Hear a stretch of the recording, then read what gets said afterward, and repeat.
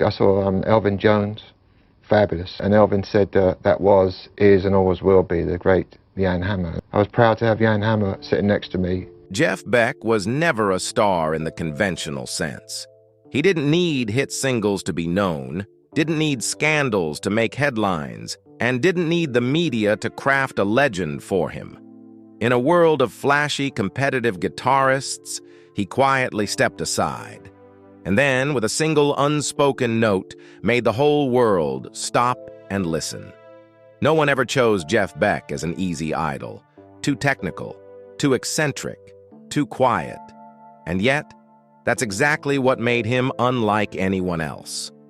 While Eric Clapton toured the world and Jimmy Page built a legend with Led Zeppelin, Beck needed only a small studio, a Fender Stratocaster, and the kind of sound no one else could create. He didn't follow music. He carved it out of silence. They called him the guitarist's guitarist because it was the other legends who admired him most. While others influenced the public, Jeff Beck influenced the influencers. He was the bedrock beneath the great songs, the pause that made a lyric haunting, the artist who didn't play to be famous, but played to survive. And that's how he lived for over 6 decades, without compromise, without pretense, without ever bowing down. Until he quietly left this world in early 2023, leaving behind a world that never got to say goodbye, but didn't need to. Because everything had already been said in the sound of his guitar. Early life. Jeff Beck was born on June 24, 1944, in the town of Wallington, Surrey, England, while World War II was still lingering.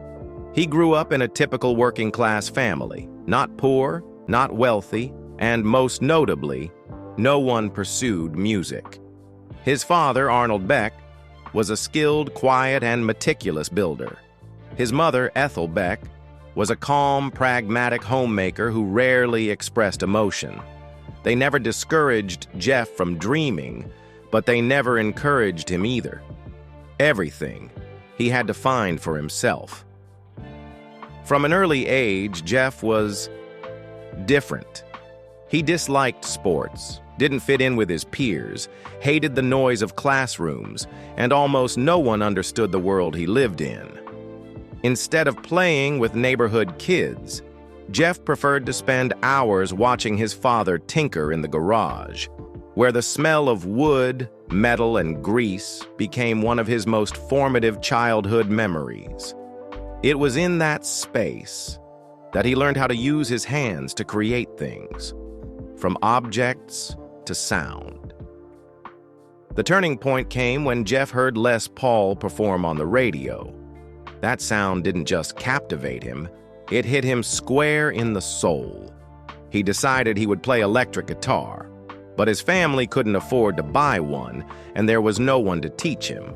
So Jeff built his first guitar from a plank of wood, some metal strings, and salvaged electronic parts.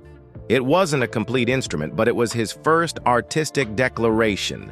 I will create my own sound in my own way. From then on, Jeff was immersed in a world of sound. He practiced for hours, without books or teachers, relying solely on intuition and ear. While other kids talked about football, Jeff talked about pickups and amplifiers. While teenagers dreamed of becoming famous singers, Jeff dreamed of crafting a note that felt just right. His parents, though they didn't fully grasp his passion, let him pursue it as long as it didn't disturb anyone.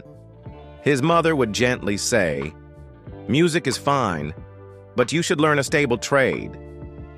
But she never stopped him from performing at church services or school events. That quiet neutrality, neither encouragement nor opposition, was perhaps the greatest gift for an artist like Jeff Beck. No imposition, no restraints. It was in that solitude that an artistic identity slowly took shape. Jeff didn't need anyone to guide him into becoming an artist. because he never wanted to be like anyone else. And when he finally stepped into the professional world, he brought with him everything he'd absorbed from childhood: his father's craftsmanship, his mother's patient silence, and a private world no one could access, except through the guitar. Early career. Jeff Beck's professional music career didn't begin with a glamorous bang. It began as a replacement. In 1965, just over 20 years old, Beck was invited to join the Yardbirds, one of the most influential rock bands in England at the time, as a substitute for none other than Eric Clapton, who had just left the group, unhappy with its turn toward commercialism. It was a position of both honor and immense pressure. How could a virtually unknown, stage-inexperienced guitarist like Beck possibly follow in the footsteps of God Clapton? But Beck didn't need time to catch up. He didn't try to imitate Clapton. He created a sound no one had ever heard before. With screeching feedback, cracked distortion, and daring whammy bar techniques, Beck turned the guitar into a living creature, screaming, whispering, even silently weeping. He didn't follow the traditional blues rock mold. He tore it apart, rebuilt it, and hurled it back at the audience. Within a year, Beck propelled the Yardbirds into their most creative phase. Tracks like Heartful of Soul, Shapes of Things, and Over, Under, Sideways, Down carried a surreal, cinematic, and haunting tone, unlike anything rock audiences had encountered before. But while the music soared, Beck's career behind the scenes spiraled. He frequently missed shows, arrived late or not at all, sometimes due to exhaustion, sometimes from inexplicable outbursts. Bandmates described him as an uncontrollable genius, a blazing talent, but distant and unpredictable. Just 1 year after joining, Jeff Beck was fired from the Yardbirds, a painful blow but also a release. No longer bound by someone else's vision, he immediately formed his own band, the Jeff Beck Group, featuring two then unknowns who would later become legends: Rod Stewart on vocals and Ronnie Wood on bass.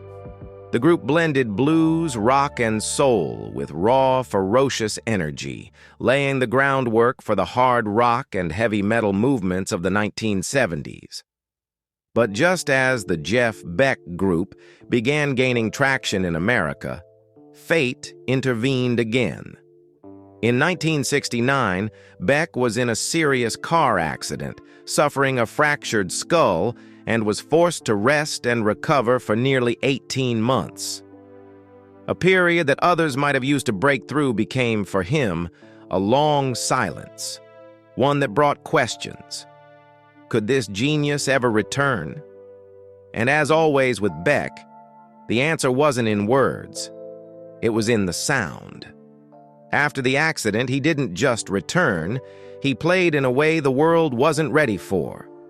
But that belongs to another chapter, the one where Jeff Beck no longer needed anyone to show him the way.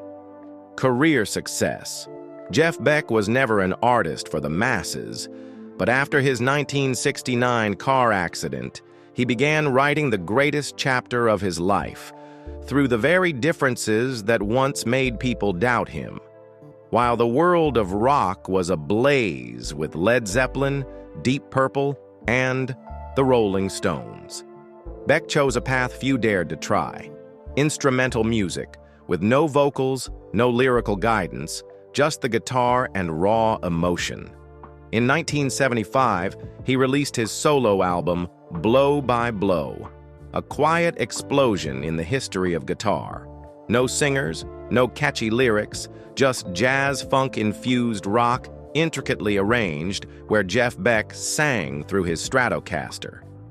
The album reached #1, 4 on the Billboard charts, and is hailed as one of the greatest instrumental guitar albums of all time.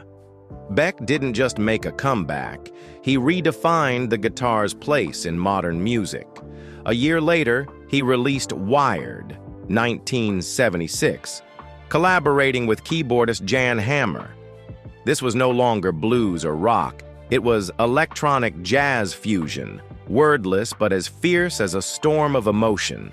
Tracks like Lead Boots, Goodbye Pork Pie Hat, and Blue Wind weren't technical showcases. They were stories told through steel strings and lacquered wood.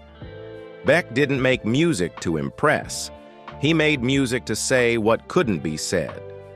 From the late 1970s into the 1990s, Jeff Beck kept experimenting without pause. From the synth-heavy There and Back, 1980, to the pioneering layering techniques in Guitar Shop, 1989. He rejected all expectations, never repeated himself, never catered to audiences, and never tried to craft a hit. Yet that very defiance made him more respected by professionals than perhaps any of his peers. The world's top guitarists, from Eric Clapton, David Gilmour, Brian May, to Joe Satriani, all considered Beck the one you can't imitate. Though he never chased commercial success, Beck still earned accolades that others only dreamed of. 8 Grammy Awards, including 6 for Best Rock Instrumental Performance. Inducted into the Rock and Roll Hall of Fame twice, with the Yardbirds, 1992, and as a solo artist, 2009. Ranked number 1.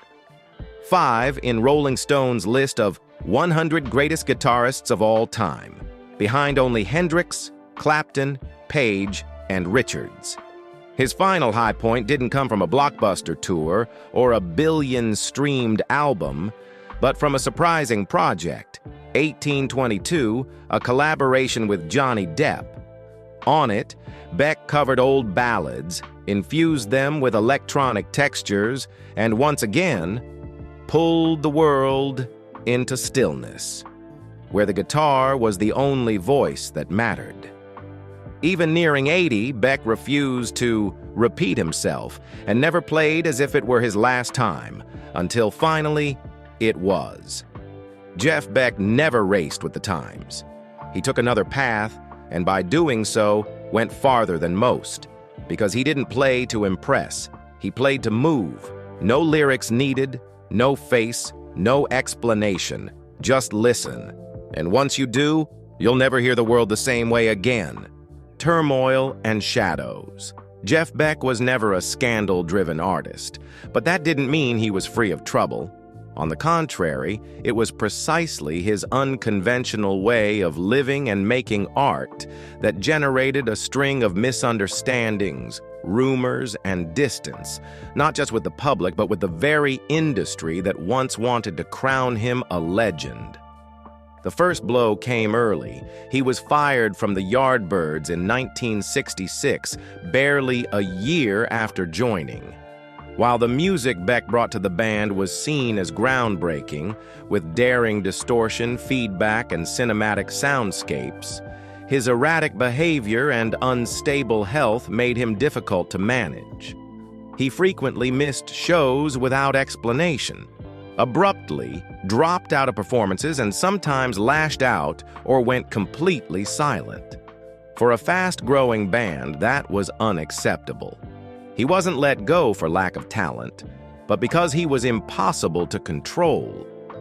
After the 1969 car crash that fractured his skull and forced him into nearly 2 years of recovery, the rumors began that Jeff Beck had lost the ability to play, that he was depressed and withdrawing from the industry.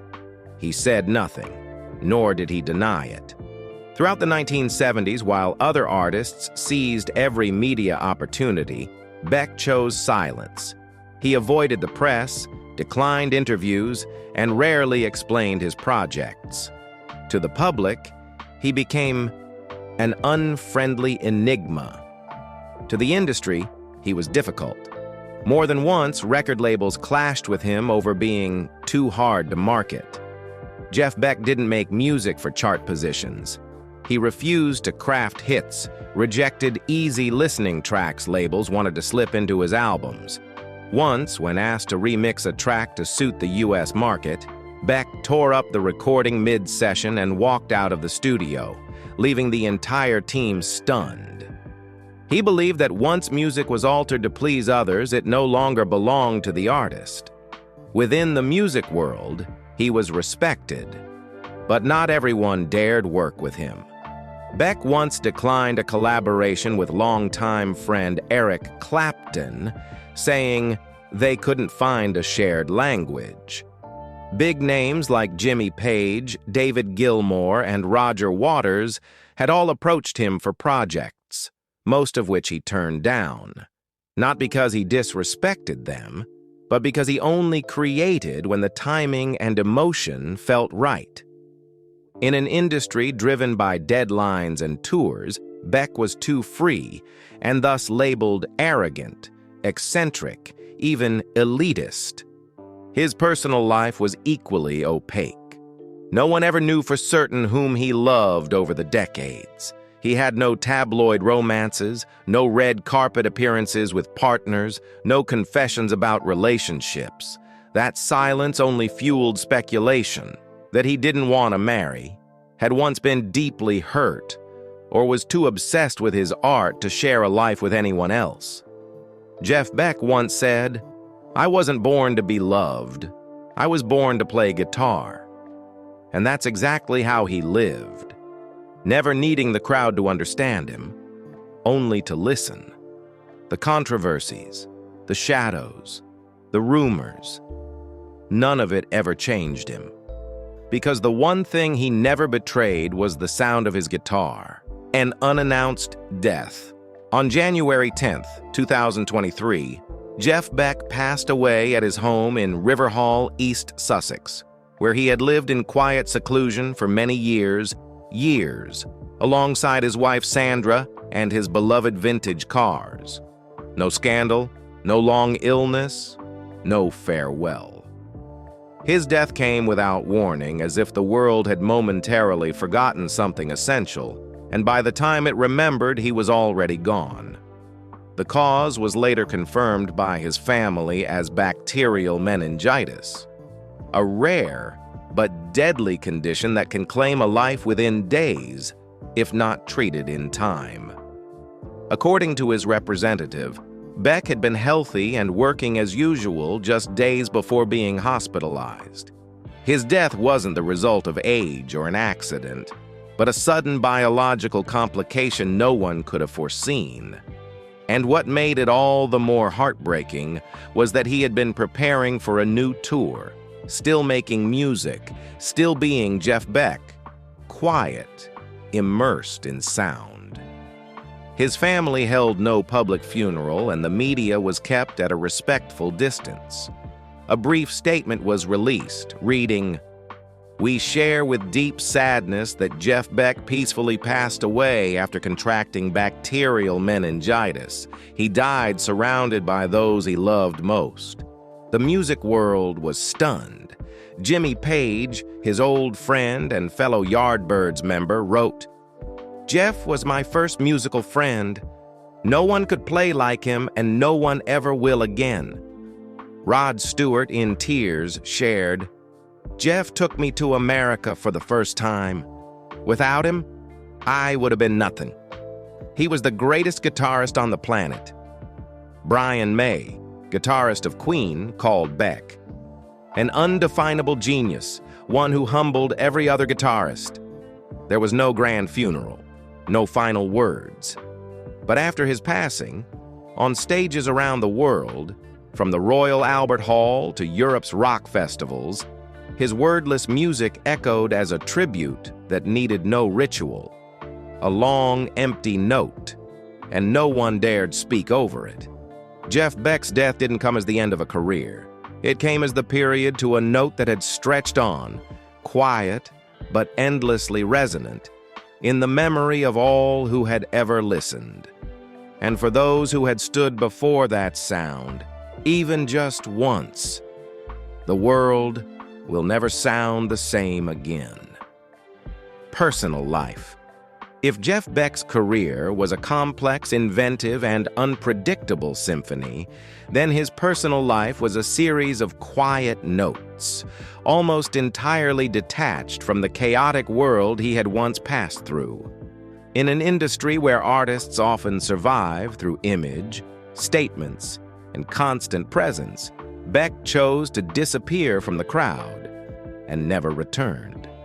Few people know that Jeff Beck was once briefly married at a very young age, at just 19, to Patricia Brown, a childhood friend.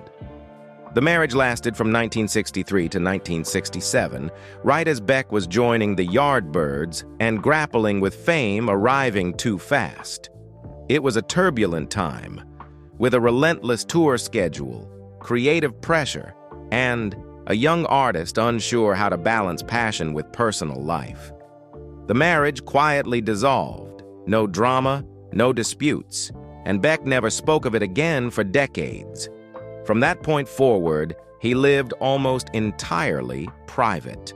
No public relationships, no parties, no red carpet appearances with a partner. The media speculated about loneliness, unresolved heartbreak, or, more simply, that he loved music so much there was no room for anyone else. But Beck never responded. He never denied it, never confirmed it either. To him, the public not knowing was part of his freedom. It wasn't until 2005, in his 60s, that Jeff Beck married for a second time.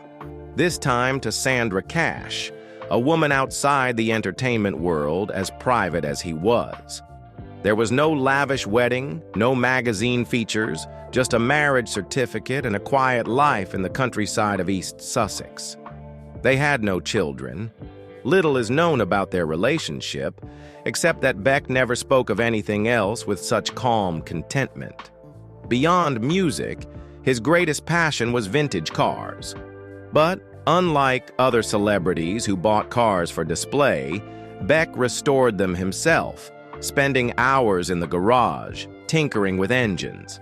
He once said, "When I'm not playing guitar, I'm fixing cars. Both make me feel like I'm doing something real, not to show off, but to understand their essence." Close friends described Beck as warm yet hard to reach, not easy to open up, and truly at ease only when talking about instruments, techniques, or spark plugs.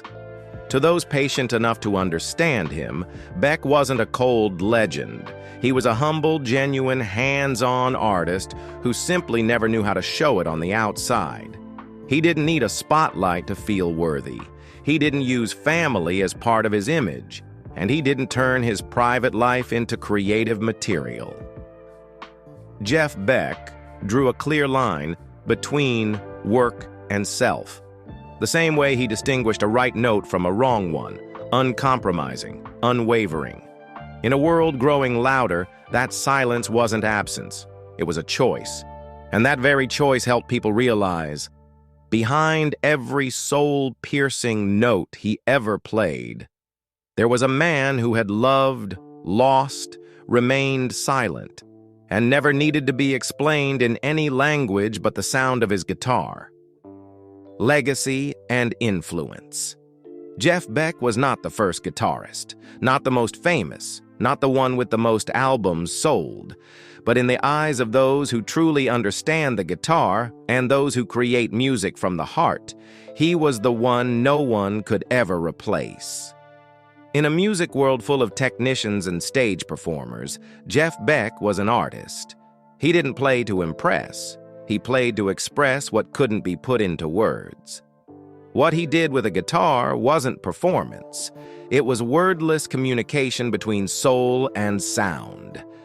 He could hold a single note for seconds, slow, unflashy, and make you hold your breath. Sometimes his guitar cried, sometimes it roared, sometimes it whispered, like it was telling you something ancient, something only it remembered. Jeff Beck had no formula, no school. He was the exception, and in being that, he became the blueprint for those who refused to follow blueprints. To him, every album was its own world, Every show, an act of discovery. Every sound, a question, with no answer.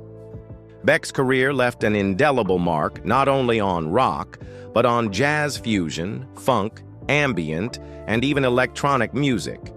He pushed the electric guitar beyond genre limits and opened the door to a completely new way of thinking. The guitar as a voice, without words. Albums like Blow by Blow, Wired, There and Back, Guitar Shop, and Emotion and Commotion became unofficial textbooks for artists trying to break free from constraints. Many called him the guitarist's guitarist, because it was the legends who admired him most. Eric Clapton, Jimmy Page, David Gilmour, Joe Satriani, Brian May, Slash, John Mayer, all expressed profound respect for Beck. Not because he was better, but because he dared to be himself more than anyone else, and had the courage to follow that path to the end. Beck was one of the rare artists inducted twice into the Rock and Roll Hall of Fame, with the Yardbirds, 1992, and as a solo artist, 2009. He won 8 Grammy Awards, yet never let trophies define his worth. He didn't need the world's approval, because anyone who truly made music already knew who Beck was. And after his passing, no one could inherit that legacy, because Beck didn't leave behind a trail to follow. He left a blank map, forcing those who came after to draw their own, the way he did. Jeff Beck's legacy doesn't live in records. It lives in the courage of an artist who never played by the rules. Perhaps that's the greatest influence one can have. Not to be copied, but to inspire others to live truthfully, using their own voice. Even if that voice is just a thin, sustained note, rising, then vanishing, like a question that needs no answer. Jeff Beck didn't live to become a symbol. He didn't enter music to change the world. He simply wanted to survive it. No lyrics, no titles, no media hype. He let the guitar speak for him. And somehow it was precisely that silence, that refusal, that unwavering stance that made him one of the most deeply influential artists of the 20th century. He didn't need praise while alive, and when he was gone, the world suddenly felt strangely empty. Not because he'd been loud, but because we'd gotten used to him being there, like a quiet guitar tone that reminded us, art doesn't need to be understood. It just needs to be felt. In an era where everything is easy, Jeff Beck was the last beautiful difficulty. An artist who never compromised, a man who never needed an audience, and a guitar that never lied. His story doesn't end in a standing ovation, but in a silence. And within that silence, millions are still listening. And you? When was the first time you heard Jeff Beck? Was it a wordless piece, a strange tone, or a moment you couldn't explain? Share it in the comments, because maybe, just maybe, your experience is the best way to keep that guitar voice alive, even now that he's gone.